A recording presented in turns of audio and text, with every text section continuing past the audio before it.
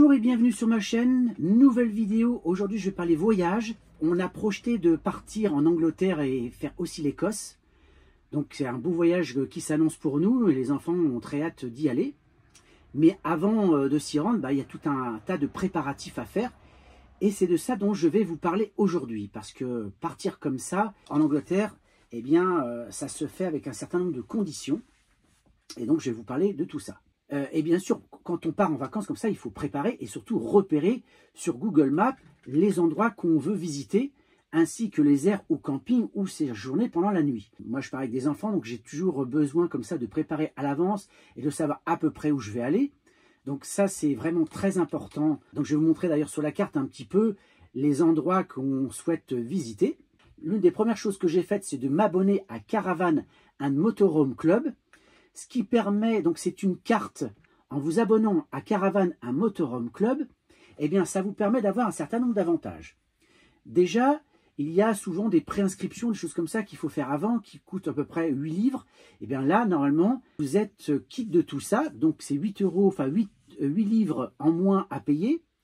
Donc ça vous permet d'avoir des réductions dans les campings et surtout d'être prioritaire. Car si vous n'avez pas cette carte-là et que vous vous présentez dans un camping, eh ben, parfois on vous refuse. J'ai vu ça en tout cas dans certains commentaires. Et donc en regardant tout ça, je me suis dit, hop, on va plutôt anticiper et prendre cette carte. Alors le prix, je vais vous le mettre dans la description, c'est pas excessivement cher. J'ai plus ça en tête, mais en tout cas c'est plutôt intéressant. Parce que si vous allez vraiment dans les campings, c'est vite amorti.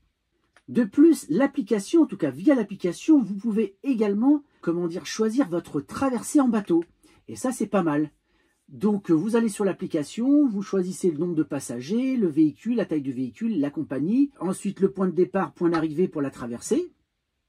Et vous avez un code d'identification avec le détail des passagers, notamment si vous avez un chien aussi, vous pouvez le mettre. Donc ça, c'est pas mal. Je vous montre d'ailleurs tout ça en image, en tout cas, ce que j'ai choisi. Moi, j'ai choisi de partir de Calais pour aller à Douvres. Aller-retour pour un camping-car qui fait 7,60 m. On peut considérer qu'on est 3 adultes, un enfant et un chien. On doit être à un peu plus de 300 €. Donc, ce qui est relativement intéressant, parce que nous, normalement, on habite la Bretagne. On avait la possibilité de prendre le bateau, notamment à partir de Saint-Malo. Mais quand j'ai vu le prix, c'était énorme.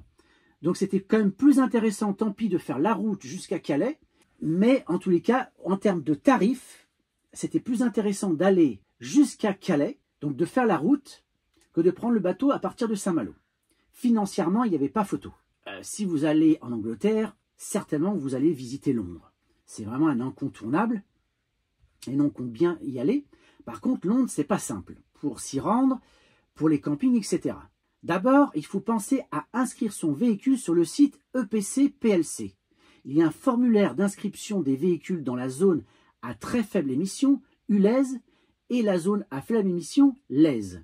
Les véhicules circulant dans une zone clairement définie du centre de Londres, du lundi au vendredi de 7 h à 18 h, et les week-ends, notamment, tous les jours de l'année, sauf le jour de Noël, le 25 décembre, et la période allant jusqu'au jour de l'an, inclus, devront payer des frais de congestion quotidiens. Le tarif journalier est de 15 livres environ si vous payez à l'avance ou le jour même, ou de 17,50 livres à minuit le 3e jour après le voyage. La redevance de congestion peut être achetée de plusieurs manières. En ligne sur tfl.gov.uk-driving, via Autopay si vous êtes inscrit par téléphone en appelant le centre d'appel au 0343 222 22 22, depuis l'étranger composez le +44 343 222 22 22. Donc ça, c'est une chose qu'il faut impérativement faire. Vous pouvez aussi utiliser l'application TfL Pay pour conduire dans la ville de Londres.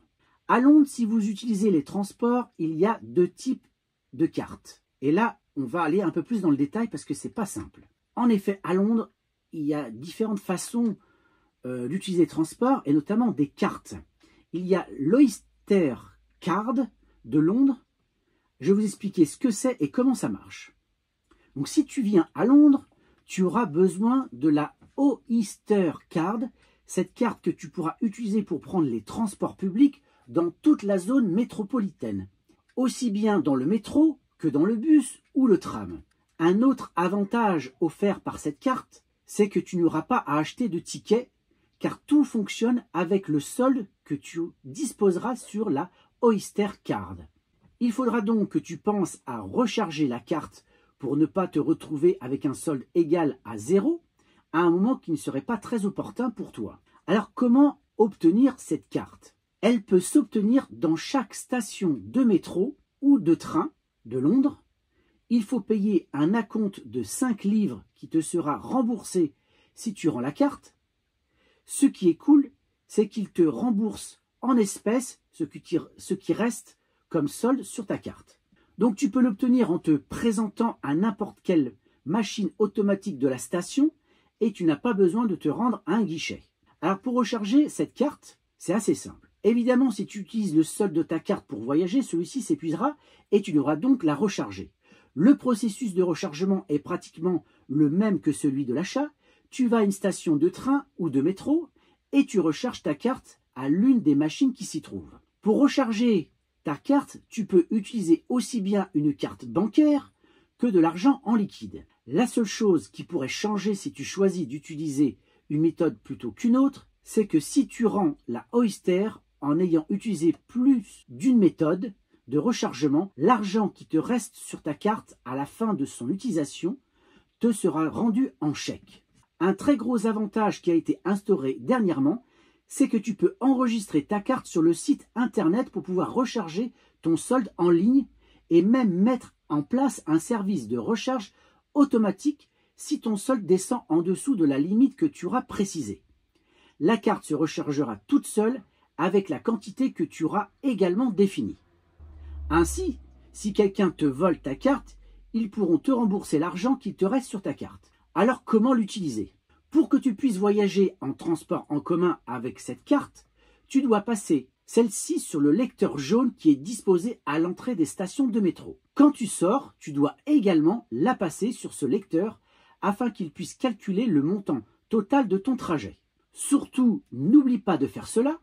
En effet, s'il n'est pas possible de calculer le montant de ton trajet, ils pourront te mettre une amende que tu voudras sans doute éviter. Alors cela, c'est pour le métro, mais pour le bus ou le tram, tu n'auras qu'à passer la carte pour pouvoir monter car il n'y a aucune différence de prix pour aller d'un endroit à un autre. Un autre avantage, c'est que la Oyster Card a une spécificité appelée Daily Price Cap, qui est en fait une limite de dépenses quotidiennes. À partir d'une certaine quantité, ils ne te factureront plus et tu pourras voyager autant que tu veux sans dépenser d'argent. Parlons un peu du prix du transport avec cette carte. Ici, forcément, on va parler d'argent. Je vais montrer la grille rapidement pour que vous ayez une idée des prix qui sont facturés dans le métro ou dans le train pour un ticket individuel en utilisant cette carte. Alors, il faut avoir en tête que Londres, comme beaucoup d'autres villes, est divisée en plusieurs zones tarifaires. Concrètement, ce qui est le noyau dur de la ville est séparé en 9 divisions concentriques. Donc si tu viens faire du tourisme, c'est presque sûr que tu ne sortiras pas de la zone 1, qui est vraiment la zone la plus touristique. Cependant, pour utiliser les bus et les trams, il n'y a pas de prix par arrêt, car le ticket coûte toujours la même chose, 1,50 livre. C'est un prix que tu devras en plus payer lors de chaque transfert que tu fais. Pour de longues distances, je recommande donc de circuler à bord du métro. Le Daily Price Cap de ces moyens de transport est hebdomadaire et coûte 4,40 livres. En plus, cette carte sert aussi à stocker des abonnements de transport nommés Travel Cards. Ces abonnements sont hebdomadaires, mensuels, annuels et tu peux les utiliser indéfiniment en payant la cotisation temporelle. Je vais aller un peu plus en détail justement sur cette Travel Card parce qu'elle est vraiment très intéressante aussi. Les Travel Cards peuvent servir pour tous les moyens de transport publics ou seulement pour les bus et les trams. En fait, par rapport au prix, il revient plus avantageux d'utiliser ce dernier plutôt que l'abonnement complet. Les Travel Cards sont super utiles si tu comptes utiliser beaucoup les transports publics. Les bus et les trams sont aussi plus chers que le métro. Une autre forme d'économiser de l'argent, si tu as entre 16 et 25 ans, c'est d'utiliser la Rail Card correspondant à cette classe d'âge. Avec cet abonnement, tu gagneras 33% sur la Daily Price Cap et le prix du billet aux heures creuses. Alors pour les mineurs, pour commencer, les moins de 11 ans voyagent gratuitement dans les transports publics de Londres à chaque fois qu'ils sont accompagnés d'un adulte ayant sur lui un titre valide. Chaque adulte peut accompagner 4 enfants. Pour les enfants ayant entre 11 et 15 ans, il existe une carte spéciale, la Zip Oyster Card. Avec cette carte, les 11-15 ans pourront voyager gratuitement en bus et en tramway et profiteront de réductions importantes sur le métro et le train. En effet, le voyage revient seulement à 0,75 livres pour un billet individuel entre les zones 1 et 2. Une autre chose que je veux aborder, c'est pour ceux qui amènent leurs animaux, chiens ou chats. Pour le chien, il y a une purge obligatoire faite par le veto avec une preuve à l'appui 48 heures avant. Ce qui implique d'avoir le carnet de santé pour passer la douane. Donc ça, c'est un élément important qu'il faut avoir en tête. Sinon, il n'y a pas de problème pour emmener les animaux. Une fois sur place, il y a une chose que vous allez utiliser certainement, même si on prépare à l'avance nos voyages. Moi, je n'ai pas réservé les campings. Donc, j'utilise comme beaucoup l'application Park4Night pour choisir le lieu pour stationner le véhicule, que ce soit pour la journée, mais aussi pour la nuit. Je trouve que c'est très important d'avoir cette application-là. Alors, on peut toujours essayer de trouver un endroit comme ça, à l'arrache, et se dire que ça va passer. Mais des fois, ça passe pas. Des fois, on peut se retrouver dans des endroits qui sont pas top. Une chose qui est importante quand on part avec des enfants, c'est bien d'évaluer le lieu où l'on va se rendre et de savoir si on est en sécurité, notamment les aires de parking. Pour les campings, c'est différent. Normalement, on est tranquille, on est en sécurité. Mais notamment des aires de parking pour camping-car, des fois, on peut trouver de tout. Donc, c'est bien d'avoir des avis un petit peu sur ces lieux-là. Et c'est vrai que l'application Park4Night est intéressante parce qu'il y a beaucoup de gens qui donnent leurs avis. Donc, voilà un petit peu ce que je voulais vous dire au niveau des préparatifs. Il y a un certain nombre de choses, comme vous le voyez, qui sont à faire à l'avance. En tout cas, il faut se renseigner parce que ça peut être un peu galère quand on va notamment dans une ville comme Londres. Alors, lorsque vous allez à Londres, je vous ai expliqué, il y a des zones où lorsque vous traversez, vous devez payer une taxe. Notamment, il y a des campings qui se trouvent dans cette zone-là et des campings qui se trouvent hors de cette zone. Donc, c'est aussi important de le savoir et d'avoir ça bien en tête. Donc, si vous n'avez pas envie de galérer, mais de vous trouver assez loin, donc avec un temps de transport important pour vous rendre de Londres, ben là, vous pouvez opter pour cette solution. Par contre, il existe des campings dans la zone où il faut payer une taxe quand on circule avec notre véhicule. Vous mettez votre camping-car dans ce camping et là, par contre, les temps de trajet seront beaucoup plus courts, que ce soit en bus, en train ou en métro. Donc, à vous de voir ce qui est le plus intéressant. Donc, voilà ce que je voulais vous dire dans cette vidéo. N'hésitez pas à partager votre expérience parce que je sais qu'il y a beaucoup de gens qui sont déjà allés en Angleterre, notamment à Londres. Partagez vos bons plans. Cette vidéo, donc, est la première d'une série concernant ce voyage en Angleterre et en Écosse.